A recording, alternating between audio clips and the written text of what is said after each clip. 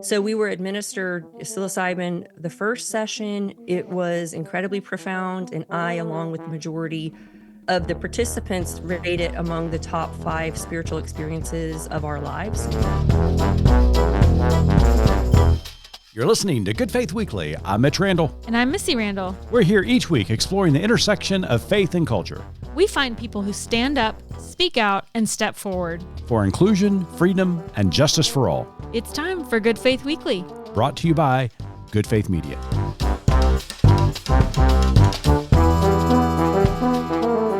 Welcome to Good Faith Weekly. On this episode, Missy and I are going to catch up, even though we are half a country away. And then later on in the pod, we sit down with Reverend Dr. Jaime Clark-Soles and talk about the very hot topic of psychedelics and spirituality. It is a pod that you have been looking forward to for quite some time. Stay tuned.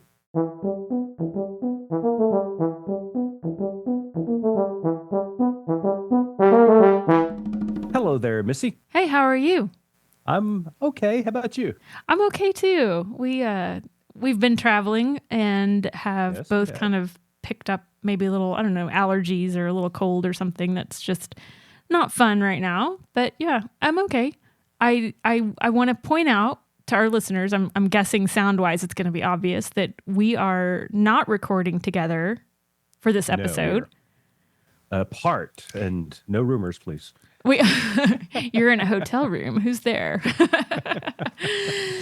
So we had attended a conference together, and then I flew home. You popped over to another conference, and as per usual, I have a story to tell. Of course you do. That you have not heard yet. I've been sitting on this. Oh my gosh, I cannot wait. I need a good story. Maybe it'd make me feel a little bit better. Yeah, so, lucky for you, I'll probably, once again, per usual, do most of the talking right now. And you can add in commentary as you like. Will do. So you know how, since we started this podcast, we've referenced it before, things in our world seem heavy, seem dark. We try to start out with something a little light. Every week, I live in absolute, fear and anxiety about whatever content might come my way. I am equally exhilarated by the thought of what's going to happen and also terrified each week. I never thought about it like that, but I can see where that would be problematic for you. Oh, it's so problematic. Every week I struggle with anxiety. So this is something I go through every week of I need content, but yet no, I don't want it. This week I have some. Awesome. So I get on an airplane from Washington, D.C. to come back here to Oklahoma without you. Therefore, I have a seatmate I am not familiar with, right? Right. So this guy sits down.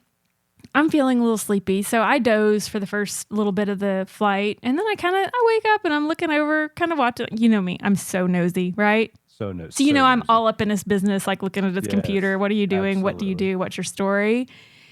And Mitch, I absolutely kid you not, he started plucking his nose hairs. No. I'm not kidding. No. With not with like with his fingers. Oh. Started plucking, pulling out nose hairs. And I don't think he realized I had opened my eyes. Yeah. And he just kept, and he stopped for a minute. I thought, okay, he knows he's caught. And then he started doing it again later. You know me. There's a lot of stuff that doesn't gross me out, but what grosses me out? I was going to say, how'd your gag reflex? Not well. Yeah. You know me. Snot and gunkiness is what will send me every time. So I'm sitting there. Gotta do it right now, I can see. Yes, that was hard to get through. Thinking a couple of things. One, when I fly by myself, I don't get your swanky status, right? So I get put back in the cheap seats. This is the first time I've ever spent my money and thought, you know what? I'm gonna upgrade and sit not in first class. I'm not crazy, but it was a tiny airplane, so I wanted the extra 6 inches of leg room, right?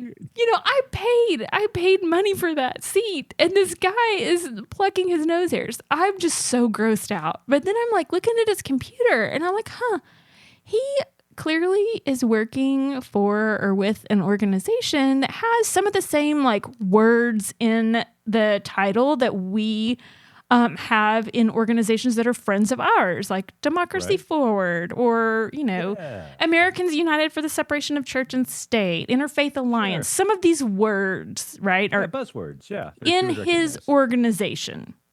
Mm-hmm. And he has really fancy like letterhead up on his screen that he's going through. So I thought, I really wonder if he's like one of our kind of people or, not. So I watched him this entire flight.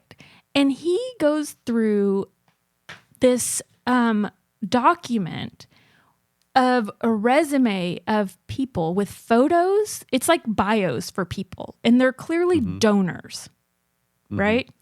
Yeah. It's got the people, their names, their whole story, what their lifetime giving is. It's got all the intel on these people, right? And so I'm not going to say I did or I didn't like make note of some of the names, but I might have. I did, right? Yeah, you took a mental shot. I did. And I was just kind of like side-eyeing. I mean, he wasn't being, covert about anything. Right. And then he decides he's coming to Oklahoma, right, to give a presentation. It's very obvious. And he's trying to learn about these people he's going to be crossing paths with on his trip, I guess. Mm-hmm. He pulls out index cards and commences to go through his pitch, his spiel, so to speak, with his index cards, color-coded, notated, highlighted. And while he's practicing his speech, I mean, like mouthing the words, gesticulating wildly in my face, practicing his speech. And I could not believe this. So all that to say, I mean, at the very end, he decided to put his arms up over his head, and like lay back, like so armpit to my face, which, I have another huge issue with that. That's why I can't watch basketball. Oh my gosh, nose hair and arm hair. And armpits. Yes. So I just could not. Anyways, so of course I get home and I'm like, I've got to find out who this is. So I immediately, I find the organization, I find, these donors, I can't find him, but here's what I want to say. Mm-hmm. We work with a lot of organizations. We do. A lot of nonprofits. When you send somebody out into the world to represent your organization, it might be good to note that nobody is ever really anonymous, right? Like I can find out who you are pretty quickly if I'm sitting by you in an airplane, right? Sure. Yeah. Absolutely. So this organization, I'm not off the presses. I'm not going to call them out. I'm not going to totally out the organization. That's just rude. But I just could not believe what I was experiencing. But I say all that to say this. Mm-hmm.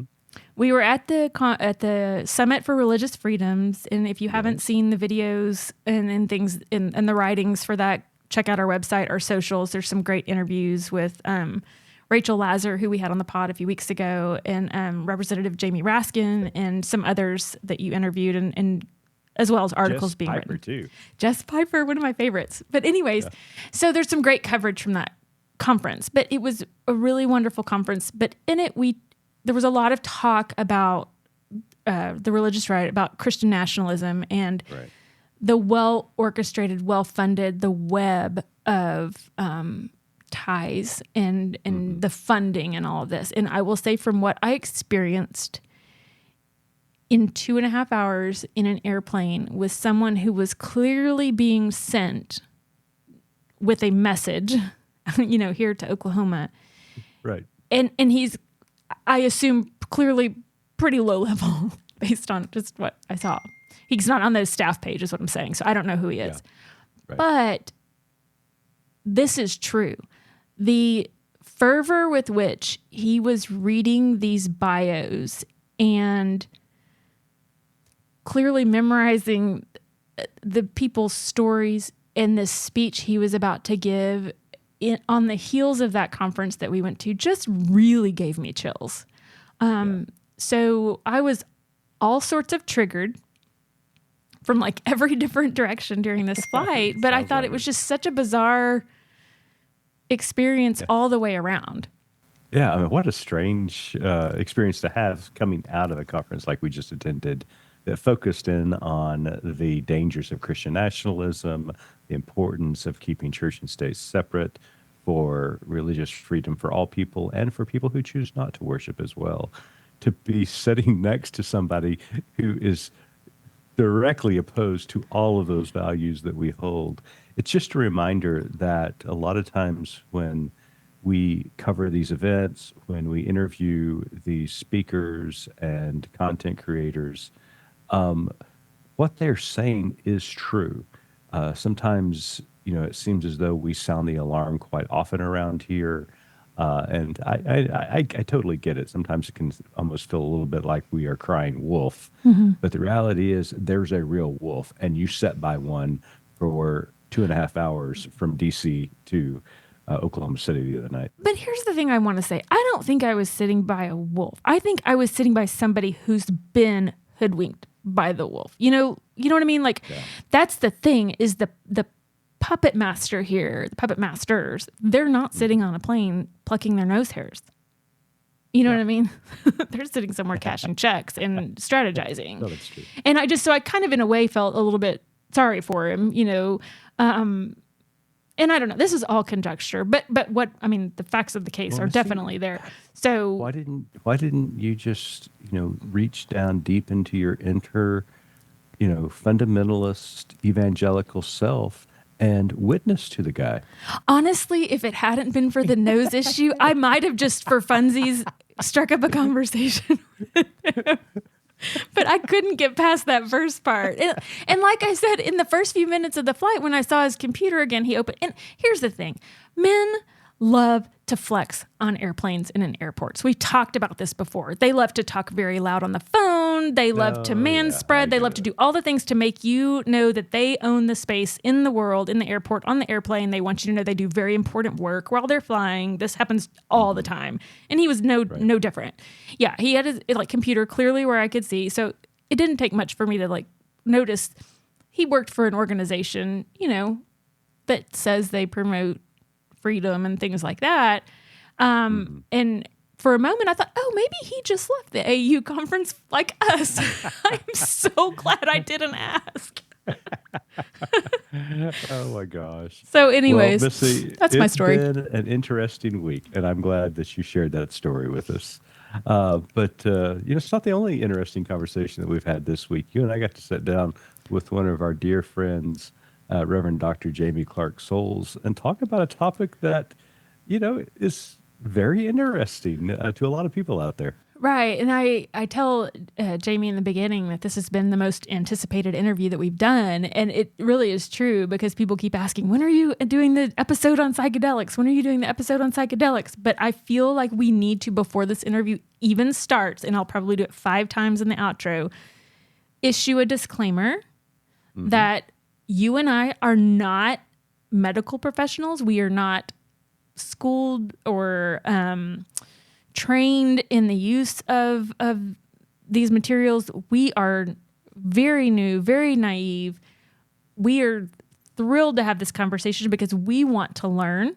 But if we trip over our words, if we say the wrong thing, I apologize. We're trying to learn right alongside our listeners in real time about what's going on in the world of we've practiced this psilocybin.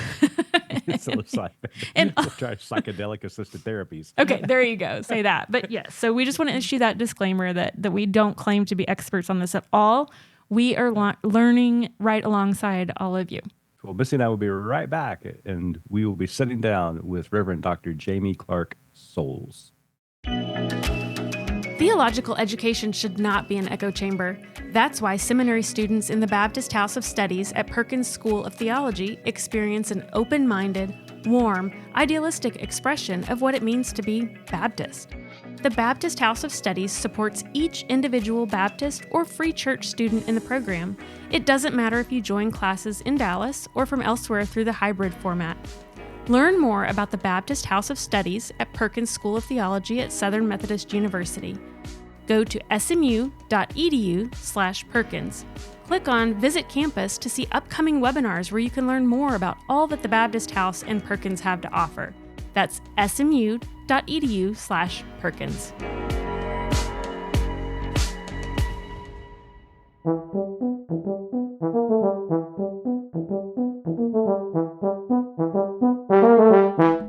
Welcome back to Good Faith Weekly. On this episode, we've got a very special guest with us, all the way from Dallas, Texas. Reverend Dr. Jaime Clark-Soles is a professor of New Testament at Perkins School of Theology, Southern Methodist University. She received her BA from Stetson University, where she focused on both philosophy and Russian studies. She earned her MDiv from Yale Divinity School and her PhD in New Testament from Yale University. She was a participant in the 2017 Johns Hopkins University Medical School study titled Effects of Psilocybin-Facilitated Experiences on the Psychology and Effectiveness of Professional Leaders in Religion. And she is certified in psychedelic-assisted therapies and research by the California Institute of Integral Studies. Jaime, welcome to Good Faith Weekly. Thank you so much. It's an honor to be here. And I must say, I want props for getting through that introduction. That was a mouthful. Psilocybin psychology facilitated. Take one, mind one. you, yes. Our listeners don't know that's the first time it's ever happened.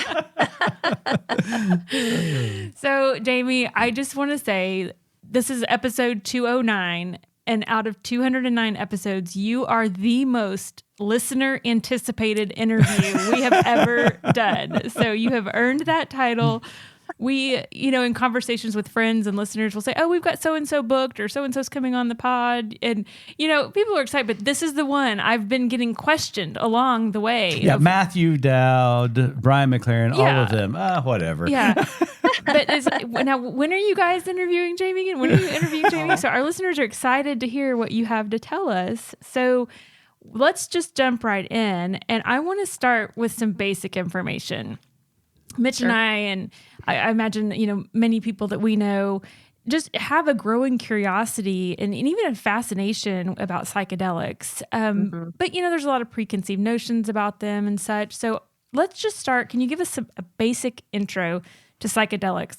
What are they? What is proper terminology? What are they used for? And why and how have they become so vilified?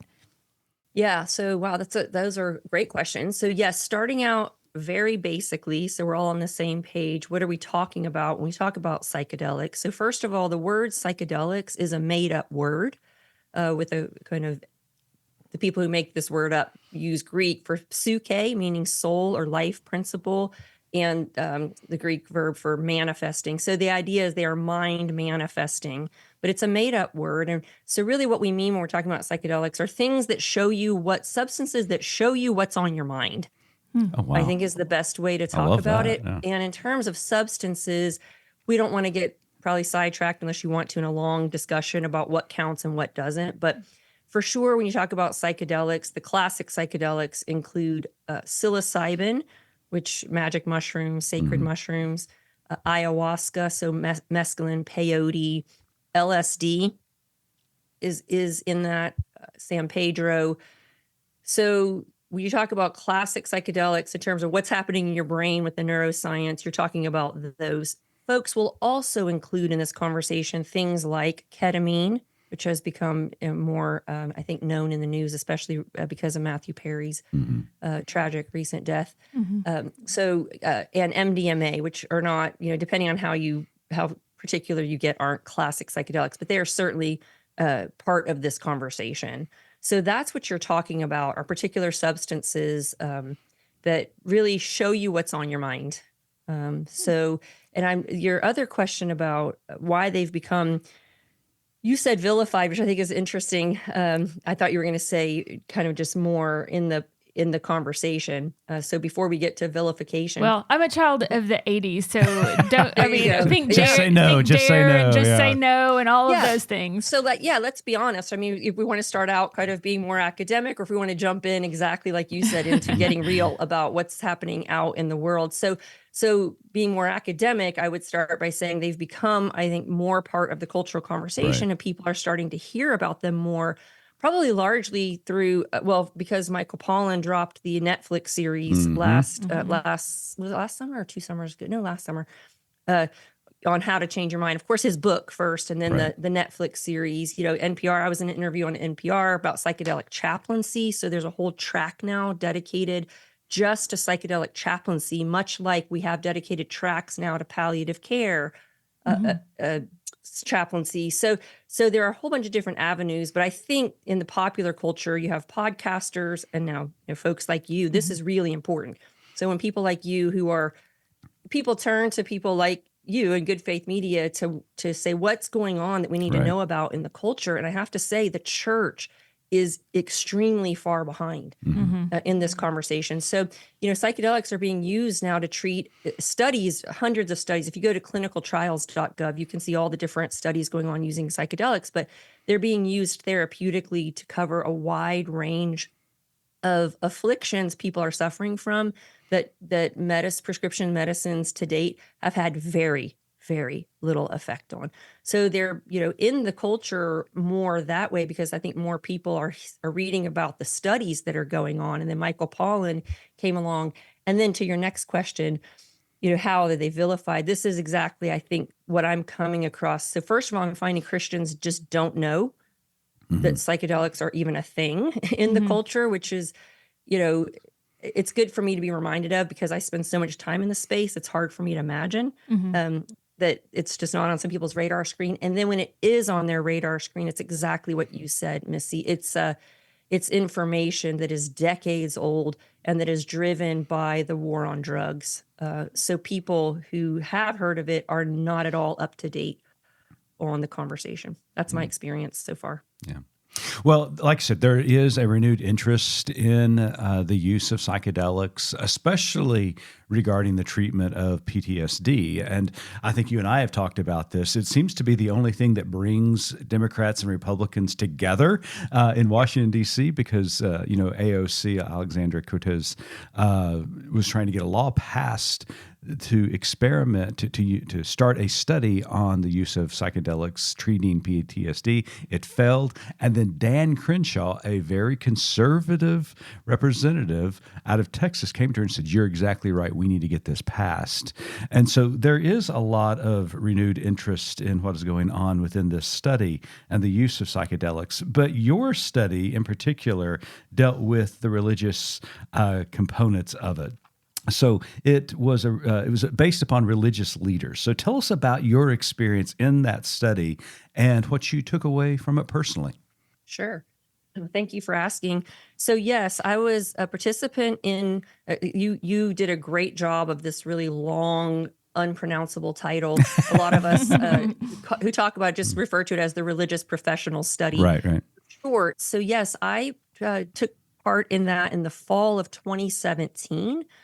So lots of advanced preparation, lots of screening, and then 2 sessions, 1 month apart, of high dose psilocybin. So I had my first session, and it was, you'll see when the study comes out, it should be out, we're waiting for it. It should be out any minute. And when it comes out, Michael Pollan will have an essay that he did an interview with all of us.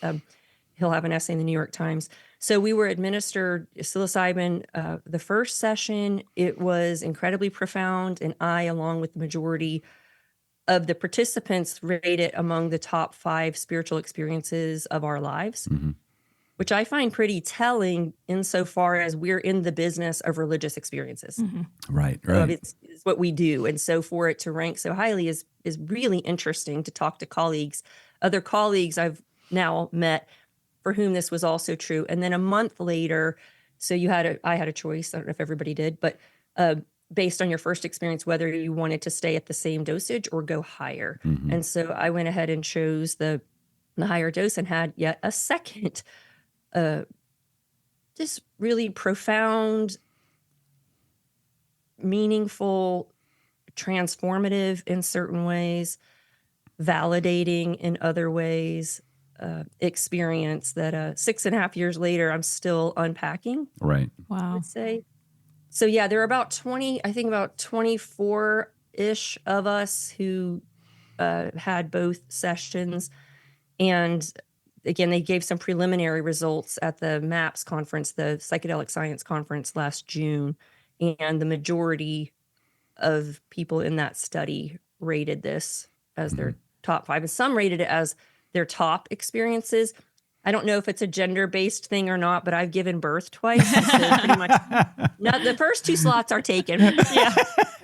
Their names Chloe and Caleb. They have names. I love that. Well, Jamie, you and I have talked about my interest in psychedelics as a Muskogee Creek person and my indigenous heritage.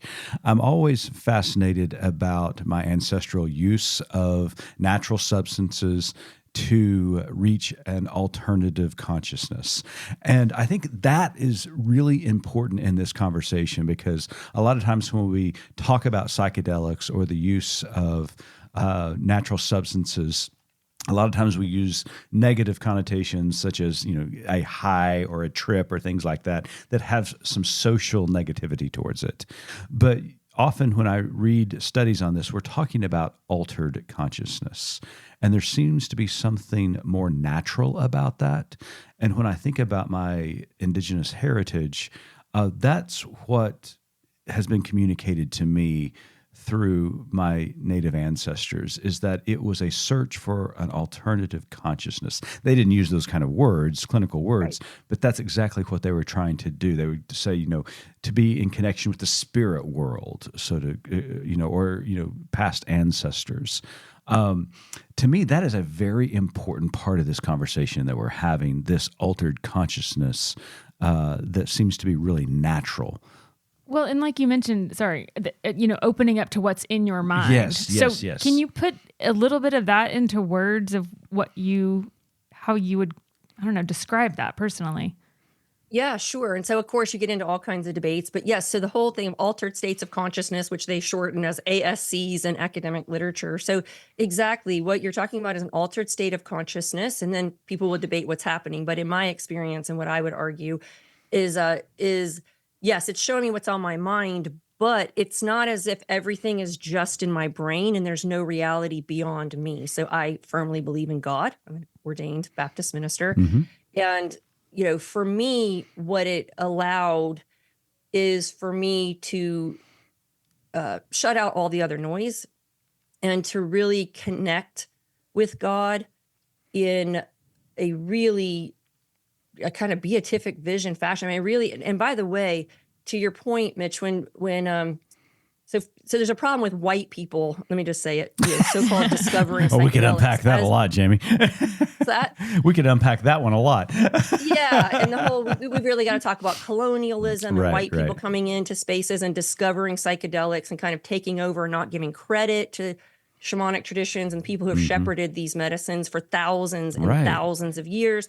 And they do it well because they, as you said, they do it in a way, and this is where I hope Christians will pick up on this. Yes, yay to individual spiritual development. So I imagine these substances being used by Christians in spiritual direction for individual, spiritual deepening and wisdom. But what we also learn from indigenous communities is nothing really makes sense for a Christian or folks of traditions like indigenous traditions that isn't done in community. At the end of the day, this is about community. Mm-hmm. So it's not just about navel gazing. You had your special little experience and now you're super special. But the whole point of it is, what does it do in terms of deepening you spiritually, and how does it make you useful, a better member of your spiritual community, and then to the world, right? Mm-hmm. This world that God loves so much. So to me, getting in this altered state of consciousness has to do with connecting, obviously, with God. And then, as you said, Mitch, it's also been really interesting for me to talk to BIPOC folks for whom I think attachment to ancestors is more natural and a regular part of the culture. Mm-hmm. And it's beautiful and it's really important. And I think Christians need to just remember that for us, community is really important and discernment of the spirit. So whatever's happening in your altered state of consciousness, fabulous. Then you come back and you talk about it with other people in the community to discern, what does it mean? Where is God in that? And so this is, for my own experience, right? It's not surprising. I'm a Bible scholar, so you won't be surprised to know. Oh, we're going to get to the Bible here in a second.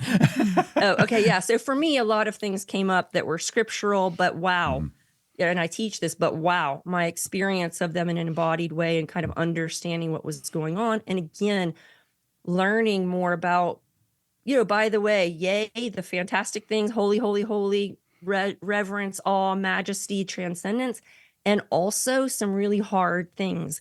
So for instance, I ended up with a kind of challenging experience around forgiveness, let's say, which is something Christians preach and talk a lot about, and I ascribe to as an idea.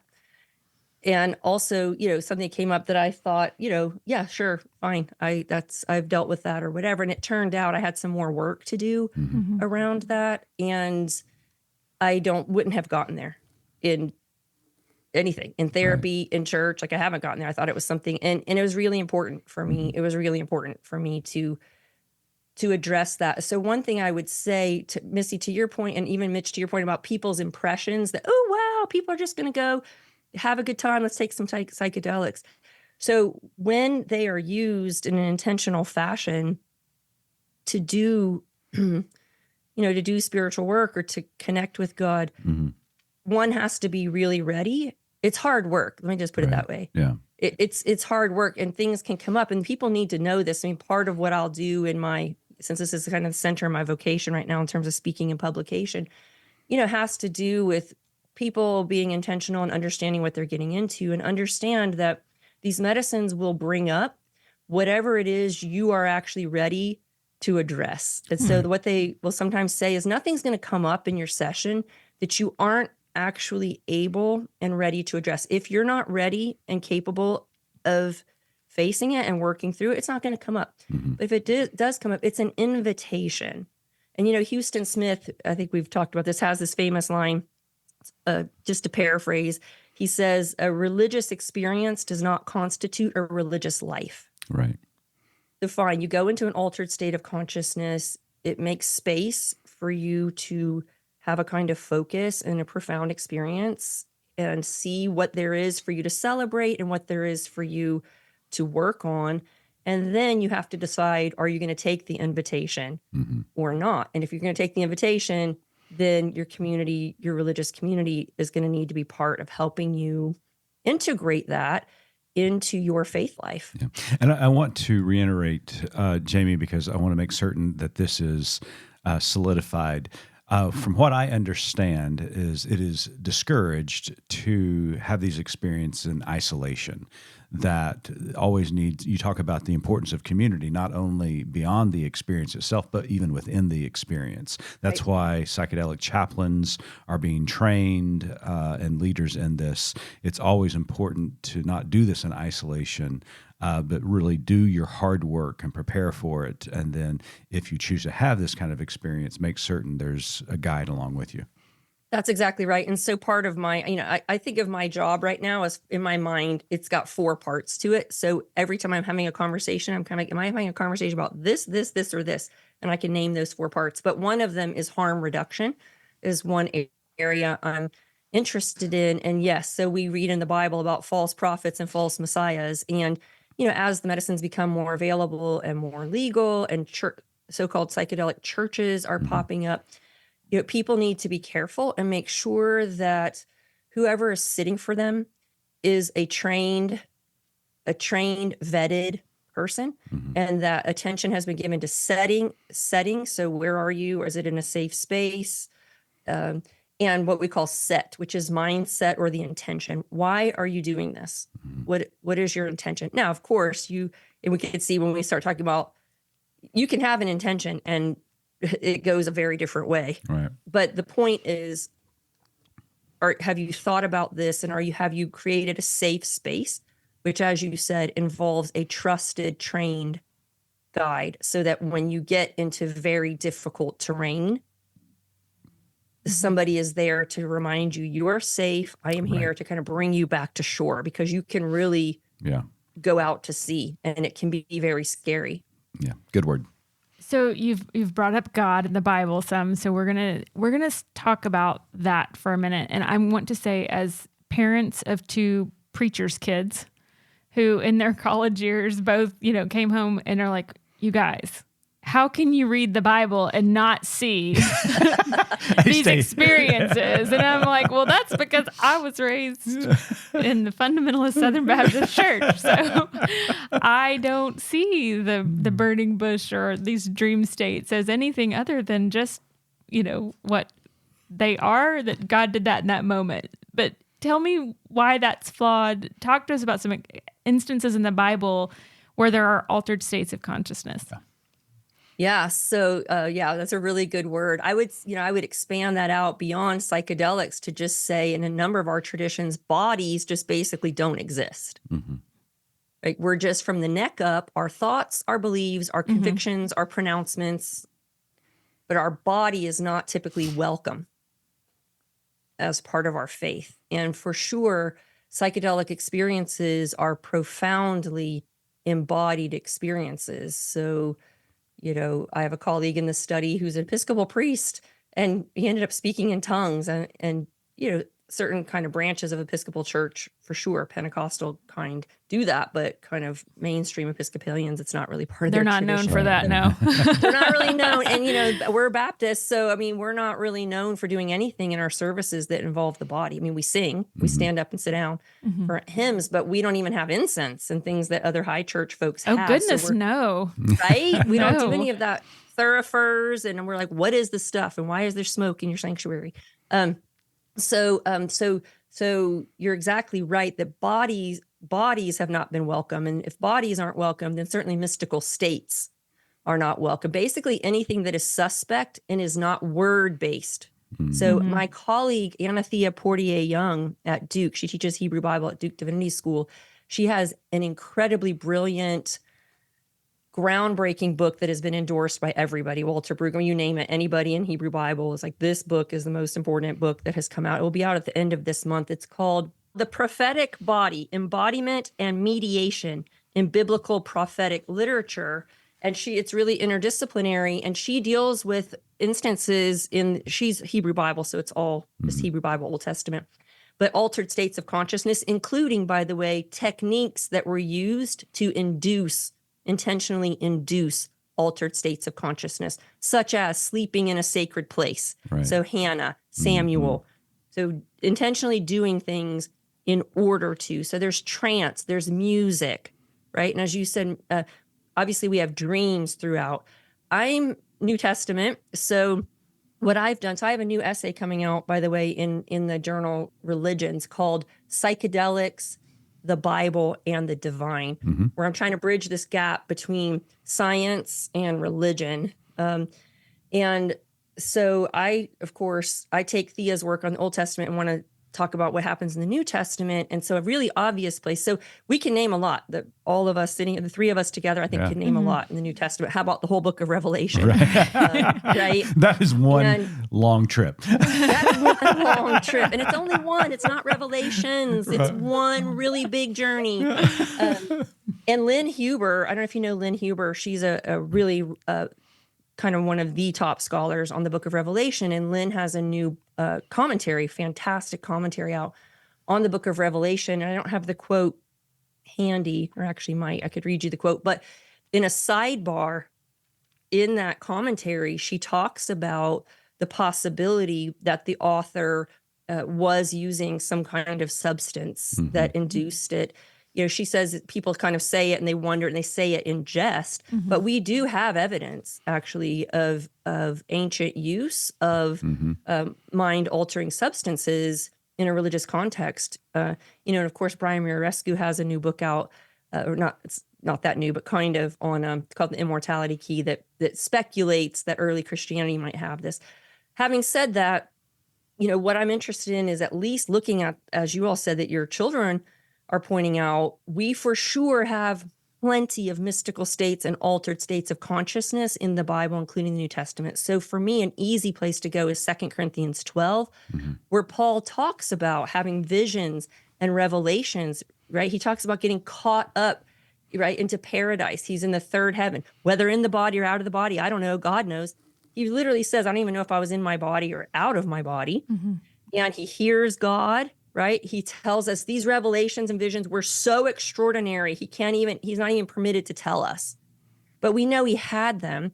We know he saw things, and we know he heard things. And we know, for instance, that he heard that he had an intention of God removing his thorn in the flesh. Right? We know that. He has this thorn in the flesh. He hates it. And he asks God 3 times to remove this thorn in the flesh. And you and I both know, what does God say? Not so much. Yeah. Right? My grace is sufficient for you, for power is made perfect in weakness. So in a psychedelic journey, when people have this experience and you see trip reports in the medical literature, this is known as a challenging experience. Right. Right? And so Paul has that. And so again, his mystical experience isn't magical insofar. I mean, there are times where people are actually healed of things, by the way, physically. But for him, the situation is not that the thorn in the flesh was taken away, but his mystical experiences with God led him to a different relationship with that physical challenge. Yeah. Right? Yeah. And he was able to go on it and actually make meaning of that physical disability. For him, he was able to make meaning of it to say, look, actually, in his case, it allowed God's power to be made manifest through his body. Whereas if he had been physically cured, people could just say, yeah, well, Paul's just well-trained, highly educated. He's a rhetorician. Of course, he's really powerful and persuasive. But Paul was able to turn this experience into, reason through it in a way to say, well, obviously, since I have this thorn in the flesh, and people don't know, was it a speech impediment? Was it epilepsy? We don't know what it was. But in another Corinthian letter, another place in Corinthians, we see him accused of his bodily presence being weak. So whatever it is, other people ridiculed him for it, and it could have been a hindrance to his ministry. But he says, actually, this physical weakness turns out to be for the glory of God, because now the only explanation for Paul being so persuasive and successful is the power of God in him. And by the way, there's a great book everybody should know about called Paul in Ecstasy by Colleen Chance that talks about Paul's ecstatic states and altered states of consciousness and the neuroscience. But there's also a whole book called Having the Spirit that talks about Paul being spirit possessed. So whenever you're reading in your Bible and you hear Paul talk about being in Christ, that's spirit possession. I mean, he's talking about ontologically being different. And he talks about having the mind of Christ. Like in his mind, we are literally, physically, materially indwelt by Jesus and the Spirit, which I think is also not something these certain parts of the church and the traditions I'm a part of think of that language, I think, a little more metaphorically. I think we're trapped by a materialist, physicalist view of the world, even Christians. Yeah, I agree. Definitely. I think, so in my experience. Not all Christians, some Christians. Sure, yeah. Can I ask maybe a question of ignorance? When you talk about these experiences in the Bible and altered states of consciousness or dream states and, whether it's meditation, music, and all this, are you also talking about the use of a substance like you introduced us to in the beginning? Yeah, that's a great question. And so that is what's up for debate, right? And so again, something like Brian's book on early Christianity, people have written about that and have made arguments that, yes, both ancient in the Israelite and Jewish tradition, and then speculating about the Christian tradition because of the Eleusinian mysteries, right? And we know from other mystery religions of the first century that Christianity is often compared to, that substances were certainly used, psychedelic, or mind-altering substances. So I am agnostic about, we just don't know. So in the New Testament, Paul never says, this is what well, first of all, by the way, I will say this, in terms of induction techniques, fasting is an induction technique, right? And that is, fasting can put you in an altered state of consciousness. So same thing with chanting, mantras, singing, right? But in terms of psychedelic substances, who knows? But I wouldn't rule it out, because certainly it would be available and part of the culture. So I wouldn't make any argument depend upon it. So for me, I separate out the absolute fact of mystical experiences from whether they were induced by psychedelic substances or not. So I don't make them dependent on each other, but the mystical thing is absolute. There's no arguing that. Whether it was induced by psychedelic substances or not, maybe or maybe not. But what's important for us currently is Christians who are seeking to use psychedelics for deepening their own spiritual journey. What's important for me for them to understand is, first of all, mystical states, God speaking to you through altered states of consciousness is not heretical. It's not far out. It's from Genesis to Revelation. It's in our tradition.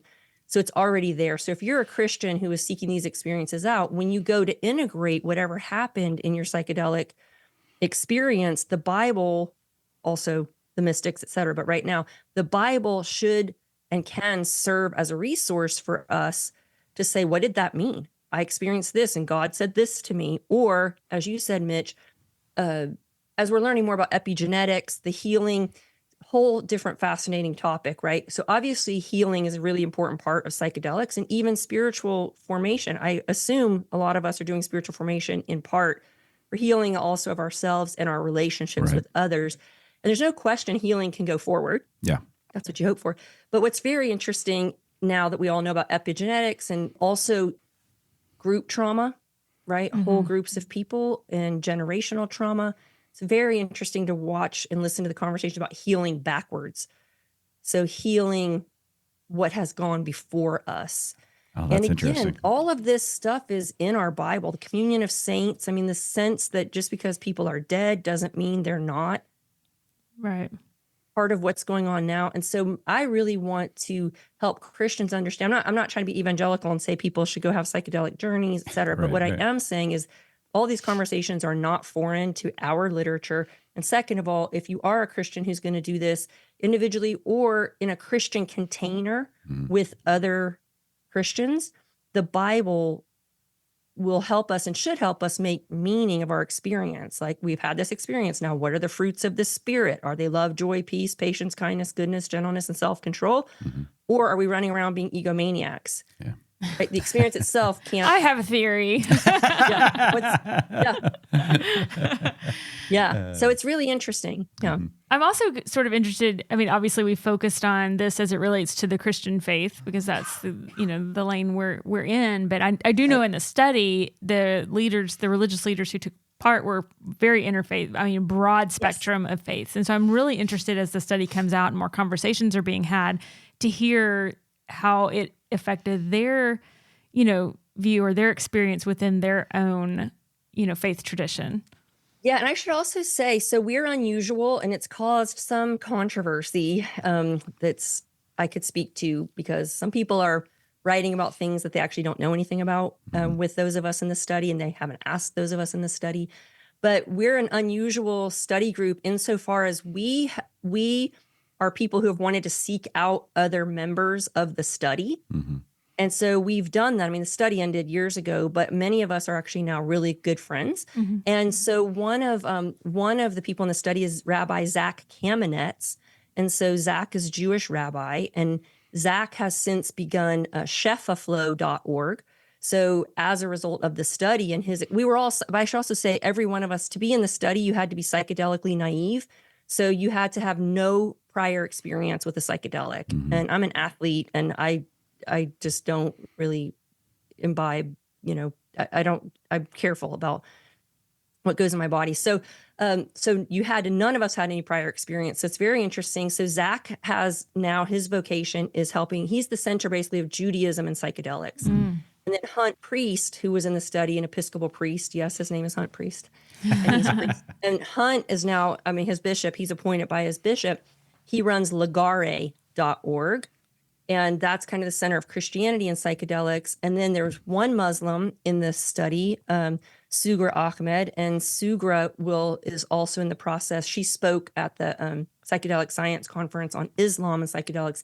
And she's in the process of kind of becoming, leading a space for Muslims to discuss psychedelics within their faith tradition. There's also a Buddhist in this study.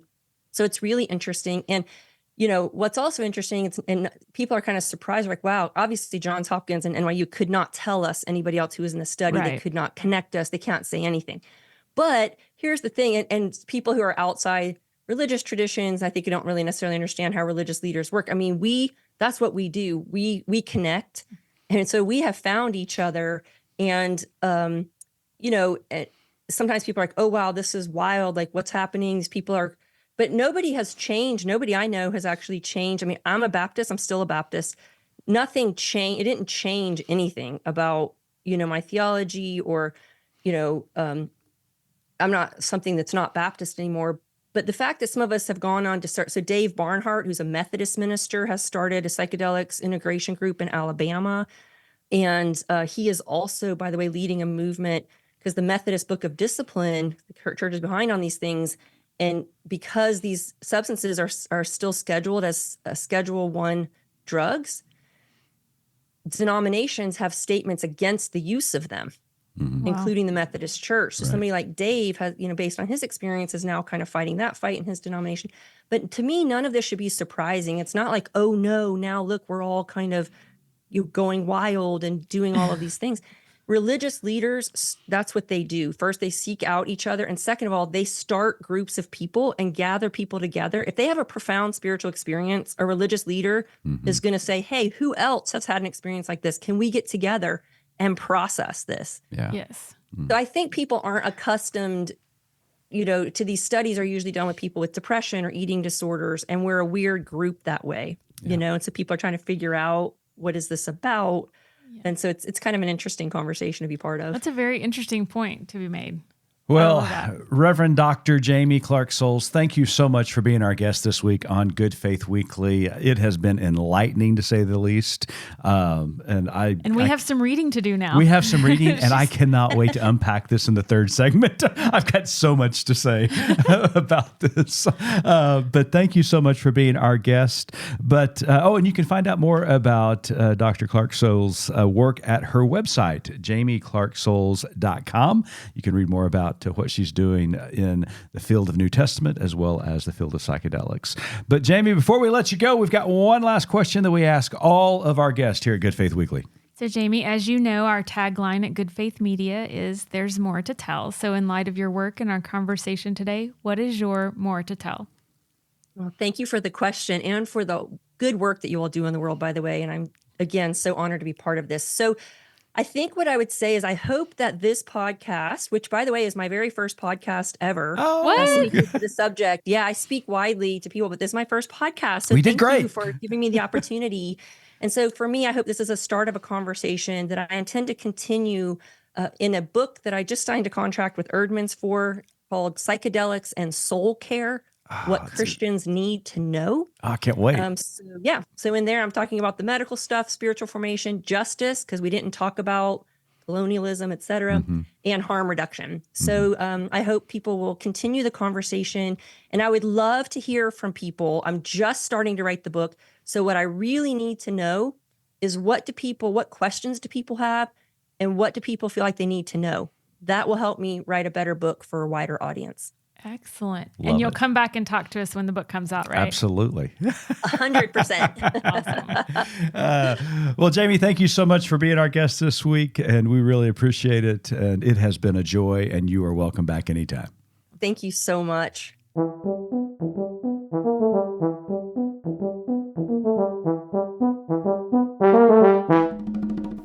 We've been anticipating this conversation for quite some time. We know the audience has been anticipating our conversation about it as well, Missy. And, Jaime didn't disappoint. Yes. I have thought about this, like, how can I comment on that? Something like I said in the intro, I'm fascinated, but I just don't know how to talk about it without accidentally saying the wrong thing.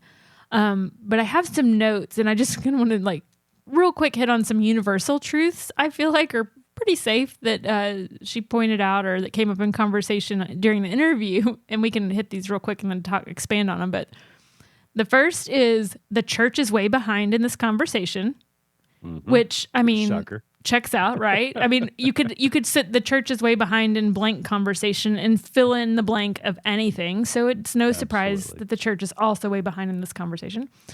The next point was there's a problem with white people. I'll just, and even though she said, in context, it was, she talked about how, the white people, quote, discovered psychedelics and didn't give credit to the people who have been shepherding these experiences for, tons of years before the white folks, arrived to colonize everything. Sure.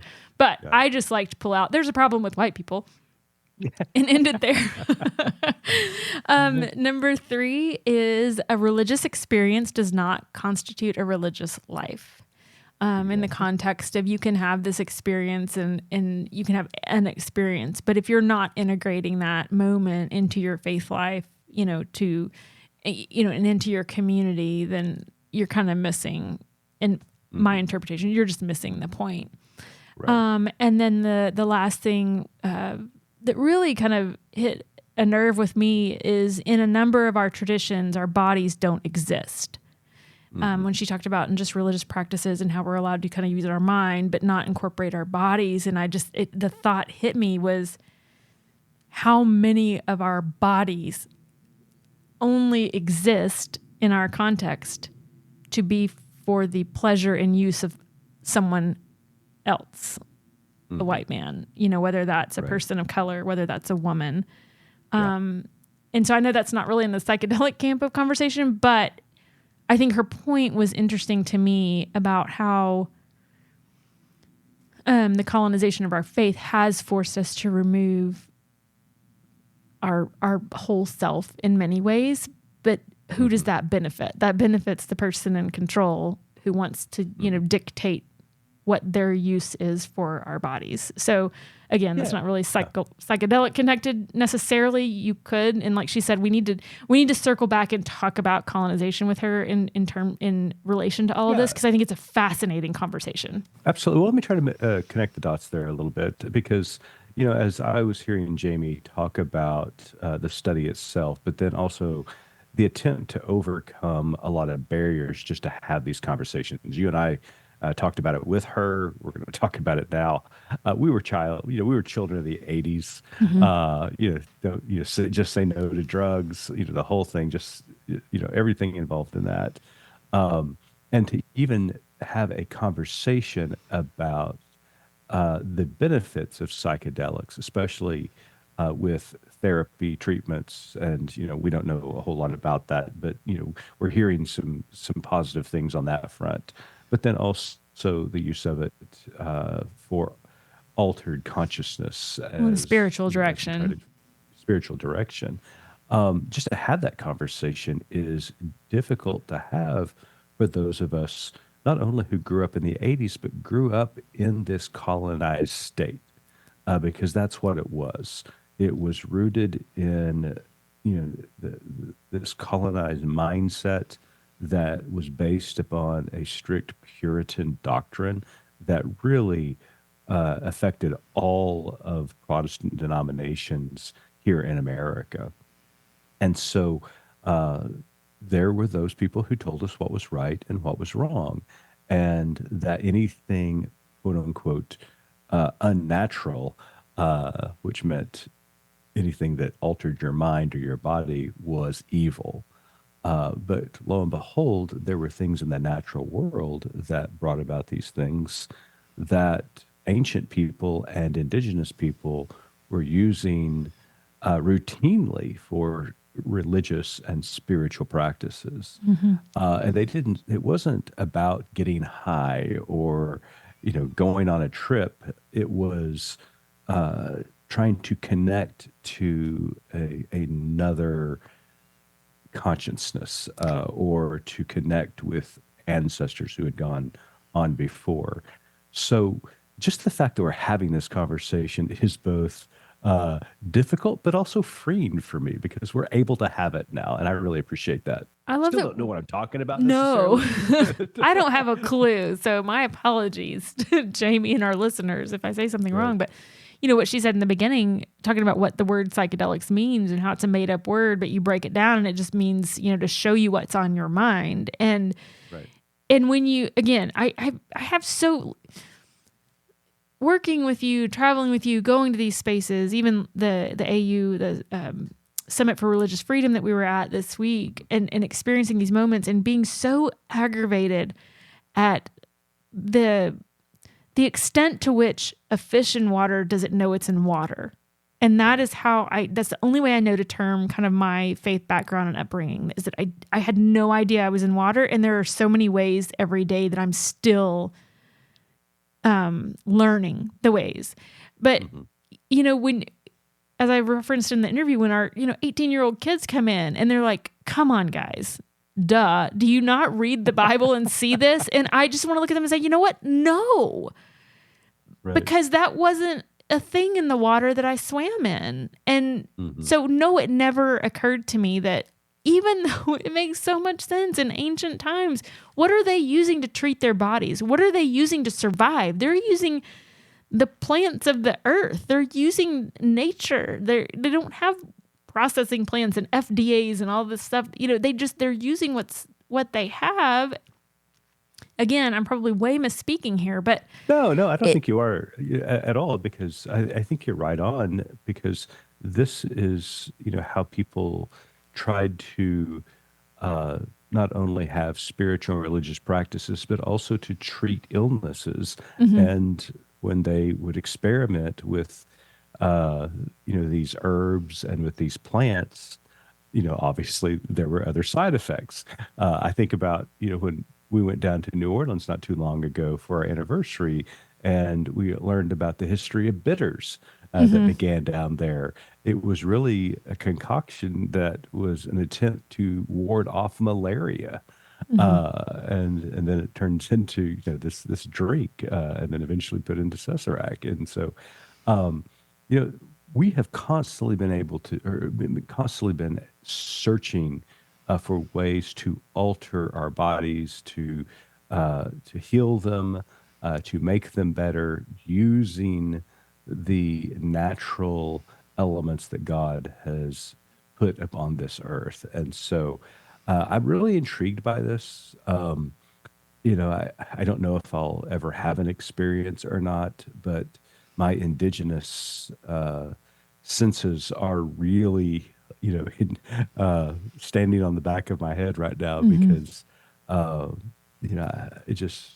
it's something that connects me to people that are my people who have been, practicing this ancient medicine for a long time. But that's what Jamie talked about over and over, is that how much a part of community this experience is, and how much, and I mean, from your indigenous background, from many, cultures where, community is the primest part of your existence. Without them, you don't survive.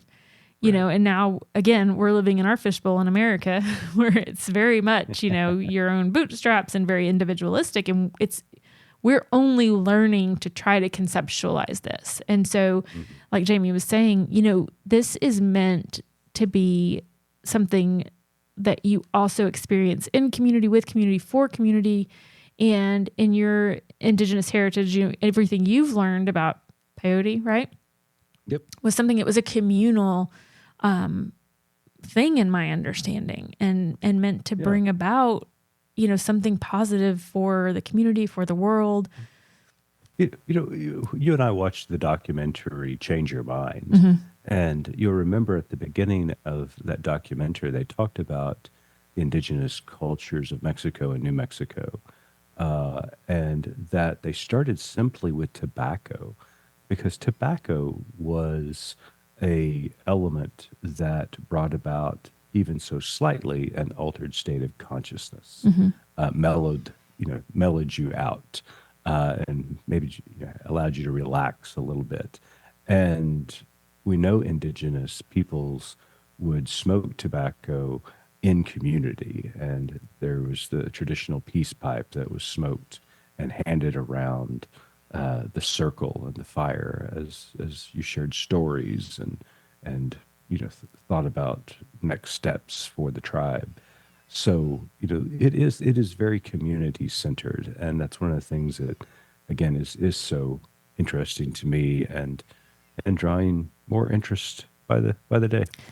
Absolutely. So I want to give another quick plug for what Jamie said in her More to Tell was that one, she's got a book that she's going to write, which is very exciting, called Psychedelics and Soul Care. And two, that we all have homework. We have an assignment. She needs to know what questions do people have. Like she said, she's so immersed in this. I'm very jealous of that fishbowl that she's now swimming in. Exactly. I want to figure out how to jump into that one. But yeah, when she's lived in this world, she's certified. Again, she knows it. And so she's like, what do other people want to know?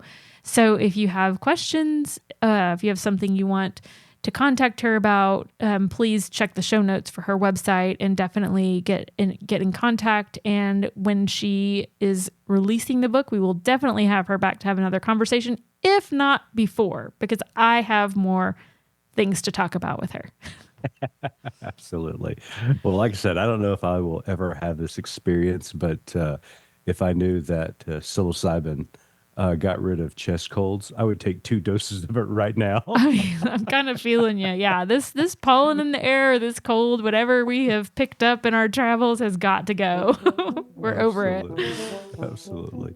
Well, appreciate everybody tuning in this week. And until next week, keep living good faith.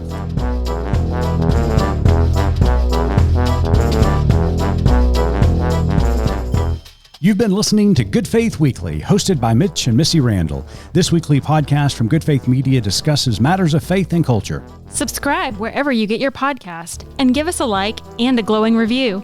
We produce the podcast out of Norman, Oklahoma. Our music comes from Pond 5. And we're supported by listeners like you. Learn more about us at goodfaithmedia.org.